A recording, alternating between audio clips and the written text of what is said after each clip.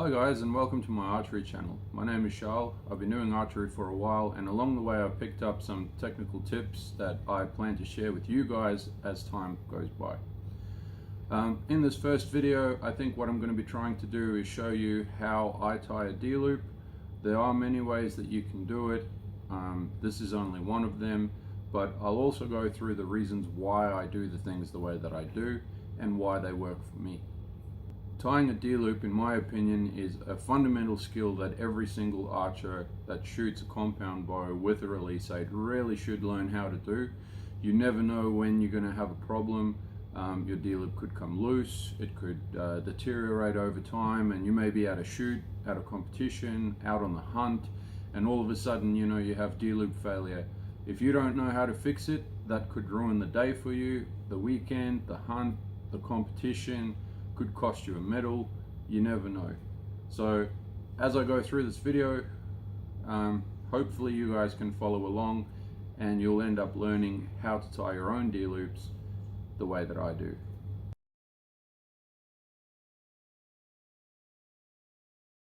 Here we have some orange D-loop material, and as you can see, the end has been cut.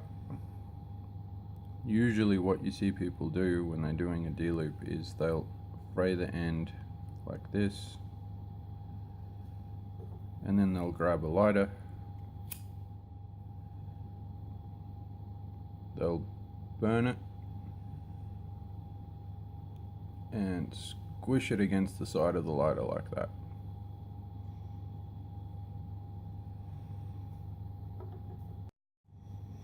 So here's a picture, well, two pictures really, of why I don't like using the method where you squash the end of the D-loop material.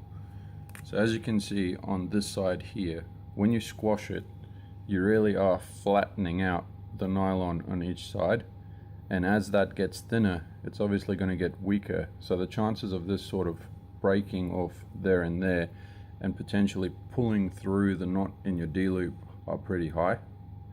And then on this side, if you melt it so that it just balls like that, this is a lot thicker here, it's still wider than the nylon itself, so when you pull your D-loop tight, that's not gonna want to snap like that, and it's also not going to want to pull through the knot. So in my opinion, you're going to end up with a much safer D-loop as well.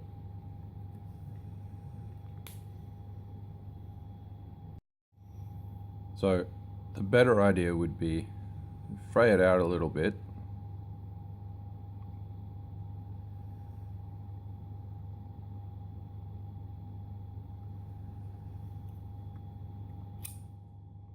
once again burn it,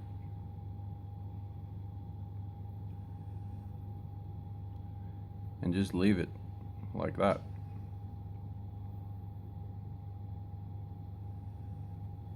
And if you're using black D-loop material, that little bit of burnt nylon you won't notice. On a colored one, it's going to sort of stand out a little bit, but you know, it's not a big deal. So you can see how the sort of lip of the D-loop is a lot fatter.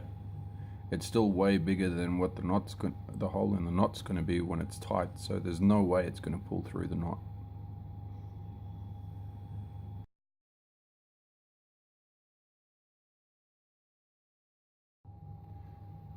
So there's definitely a right and a wrong way to tie your D-loop. What you want to try and make sure is that when you tie your D-loop, depending on if you're left or right-handed, you do it the right way around. One of the other things that you need to make sure of is that the top knot and the bottom knot go opposite ways around the string, so that when you pull on the D-loop with your release aid, instead of all the force going one way and twisting your bowstring, one is wanting to twist this way and the other one that way, and that way it will keep your string more stable as you're drawing backwards, instead of all the force going one way or all the force going the other way. Now that might sound a little bit confusing, but I'm going to show you by tying some knots with this rope. Hopefully it's big enough that you'll be able to actually see what it is that I'm doing.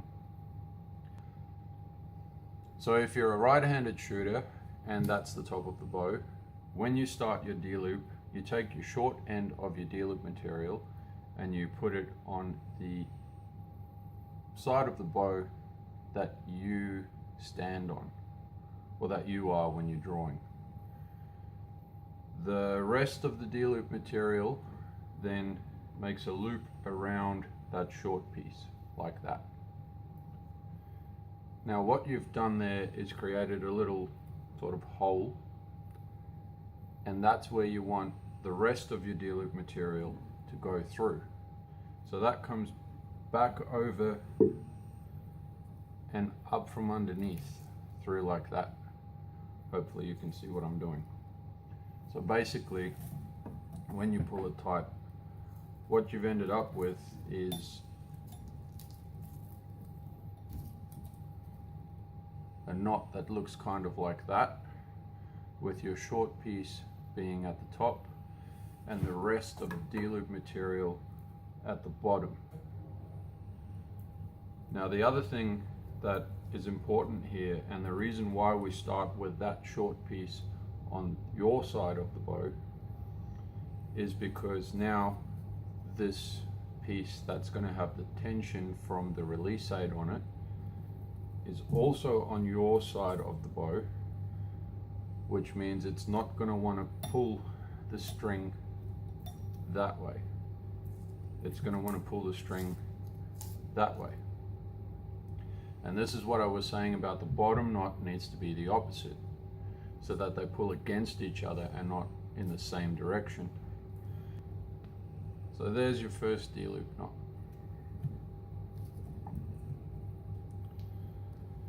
So then the second knot down the bottom, you're going to do exactly the same thing, except you're going to go the other way around the string.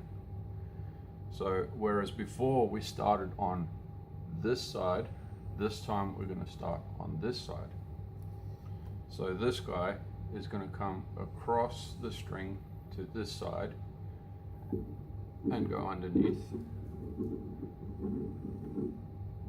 and the leftover piece is going to go through the actual D-loop around the back of this piece, over and underneath, and you can see you've now made the same sort of loop that we did on that side. Then it comes up through the hole and everything gets pulled tight. There's your D-loop that your release aid will go on, and you can see the knots are on opposite side of the string. This piece here is on my side. As it goes around, it comes back down and it goes down the other side. So because that is on the side of the bow that you are, and when you twist your hand with your release aid, you're going to be twisting the loop. You can see here, because it's already on that side of the string, it's not trying to twist the string with it.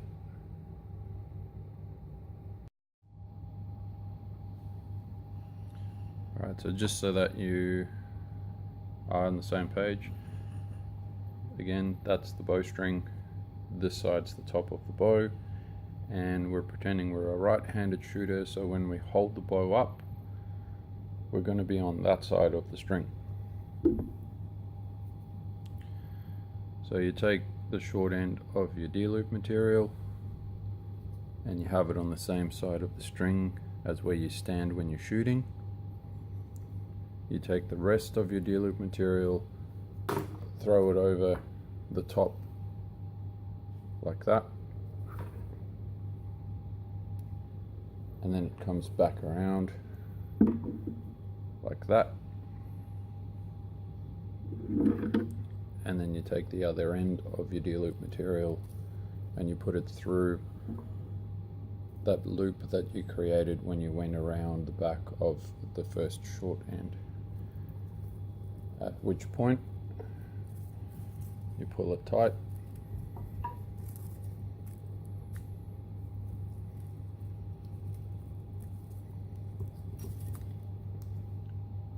and that's the start of your D-loop.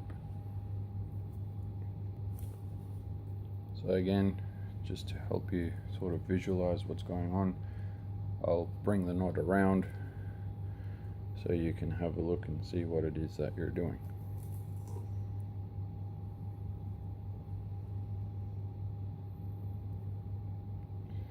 So this piece here is the piece that your release aid is going to hook into. Just move that over there, get it out of the way. And then you want to make sure that you go on the opposite side of the string to what you started. So this piece here is on this side of the string, which means this piece here needs to be on our side of the string, like that. So the next thing you need to do is get the rest of it, bring it through the D-loop, because that's where your release aid is going to hook onto, and then around and back over the string like that, and as it comes through it goes back through there, and then you pull it all tight.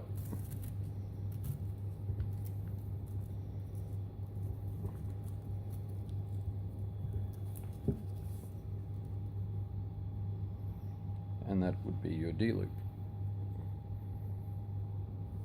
So you can see what I mean about the knots being opposite to each other.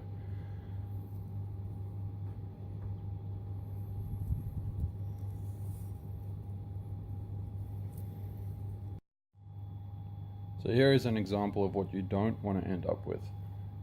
You can see how both knots are on the same side of the string.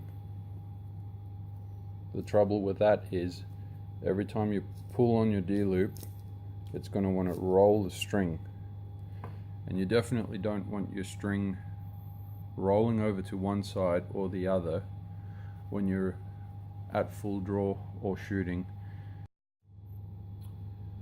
So hopefully that was helpful for you, and really helped to sort of visualize how to tie the knots on the D-loop and why they need to be on a certain side of the string. If I've left anything out, or you need some clarification on anything, or you want to ask me any questions, please do so down in the comments. And I do believe that it is very important for archers to know how to do some of these basic things for themselves. You're not always going to have access to a pro shop or have someone else around who can do it for you. I will be doing more of these types of videos in the future, a few tech tips here and there. If there's anything specific you want to ask a question about, or anything you want to see me do a video about, again, please leave that in the comments. I might do things like how to fletch an arrow, how to set the cam timing on your bow, maybe even do a whole ground up tuning video. I have ordered a new bow, and when it comes in I'm going to have to go through all of those things anyway, so I may as well, if you guys are interested, bring you along for the ride. So don't forget to like this video, hit the bell for the notifications, subscribe, and leave a comment if there's anything you want to tell me. Thanks for watching, and there'll be another one up soon.